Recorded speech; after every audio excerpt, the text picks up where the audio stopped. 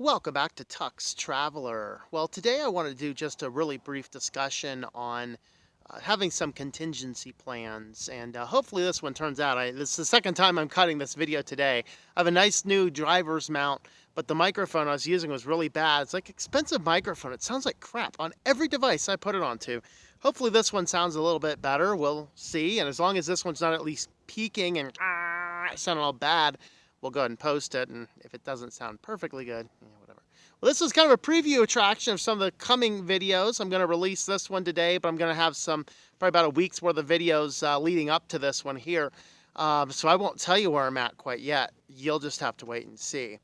But you can see I'm in the west. Redstone would indicate Colorado, Utah, I don't know, maybe. Leave you guys guessing until these videos are posted.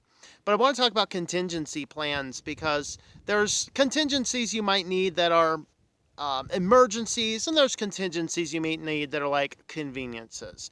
And these are the things to keep in mind. So as you are planning out your van build, or as you're already out there in your van build and moving towards something else, what you want to do is make sure that you have some contingencies in place. Now, the one that caused me to talk about this video is last night I was at a place where I didn't have my primary internet. Hilariously, I did not get service there, but my one phone, which generally only gets city service in city centers, I got a lot of service. So I was able to hotspot off of that for a little bit, but I have systems in place in the van that I can work without being on the internet if I have to, which is funny being that I do internet work. But I did that on the technical level for you geeks out there. I actually have a PHP web server built in most of the projects I actively work on. I keep offline files on the computers I'm working so I can deploy them onto that server if I need to. And it works out fairly well. And so I was actually able to get a lot of work done last night as I did that.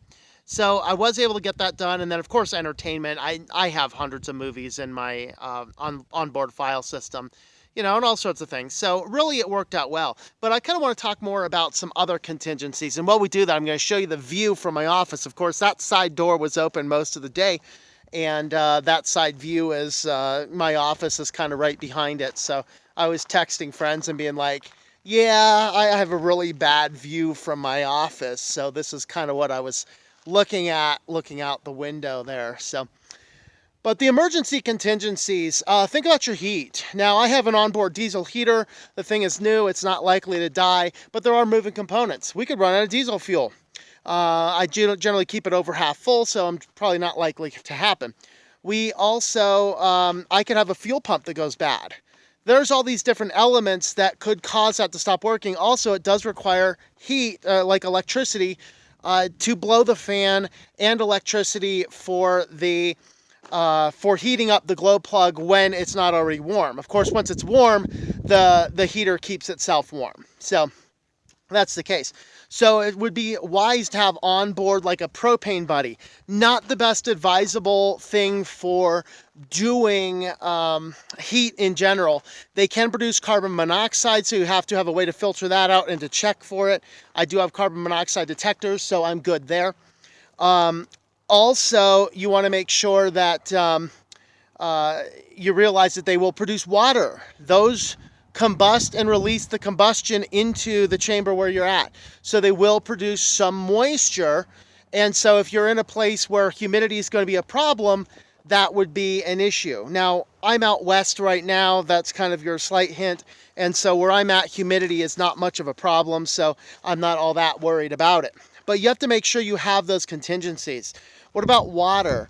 There was a case, one of the Vanlifers that I follow ended up being in Texas last year when they had that power grid issue, and their camper, all their water, like usual, is on the bottom underneath the camper, and this person had to jettison all their fresh water because it was all on tanks on the outside, and that's dangerous. Okay, And so that's why I have mine inside, but I also have 2 separate tanks. So if one of them gets a hole, I still have 2 separate water tanks and an extra gallon jug in addition. So I have about 10 gallons of water, 2 4.5-gallon tanks, and one of my tanks is 1 gallon, just to make sure. And then I always have water bottles and stuff. They're always full. So I have always on board, should the worst happen, a couple days supply of water on top of that.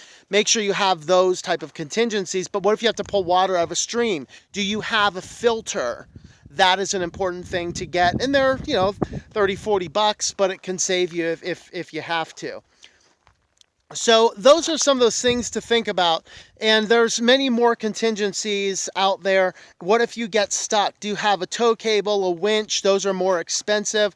Or do you have something like, do you have traction threads to get out? Do you have enough rope on board?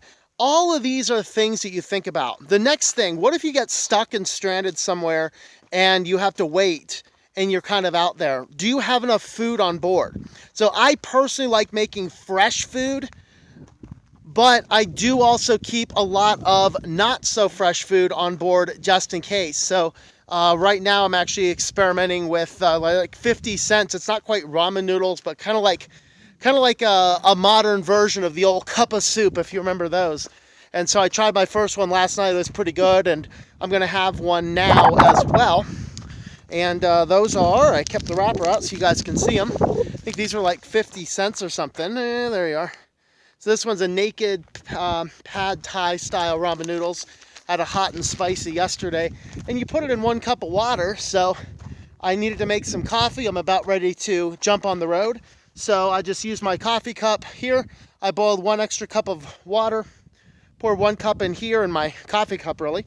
And I'm going to use my travel mug, my other coffee cup, for when my coffee's actually brewed. So that's going on right now. So with that being said though, guys, do you have contingency plans? I know it's not a good thing to sit down and go, oh yeah, let me think about all the bad things that can happen as I fulfill my dream of running out into a van and seeing amazing places like this. No, think about those bad things. Because when you think about those bad things, you can prepare for them. And when you prepare for them, you can be better able. Because bad things are going to happen. You're going to get some flat tires. You're going to have a case where you run out of heat, you run out of power, you run out of water. Make sure that you are on board with figuring out how to handle all those contingencies. So there are my thoughts on those and where I'm at right now. If you guys already know or want to guess, go ahead and leave it in the comments. I won't officially answer those yes or no in the affirmative until I have the video posted. That'll be a few videos out yet. I still have some of the videos about going across country and what I've been doing for the last couple weeks as well. But this one here, you guys are kind of getting a preview of attraction because I was really tight on time here, and this is a great video. I can just kind of record real quickly, throw a few tiny things in, and get it on out for you guys. So we'll see you guys a little bit further on down the road, and supporters, I will try and update you tonight as to where I'm at in more real time, and we're working on that. I just have to get down to a city center for a web conference here in a few hours. So anyway, guys, thanks for coming along on Tux Traveler, and we will see you a little bit further on down the road.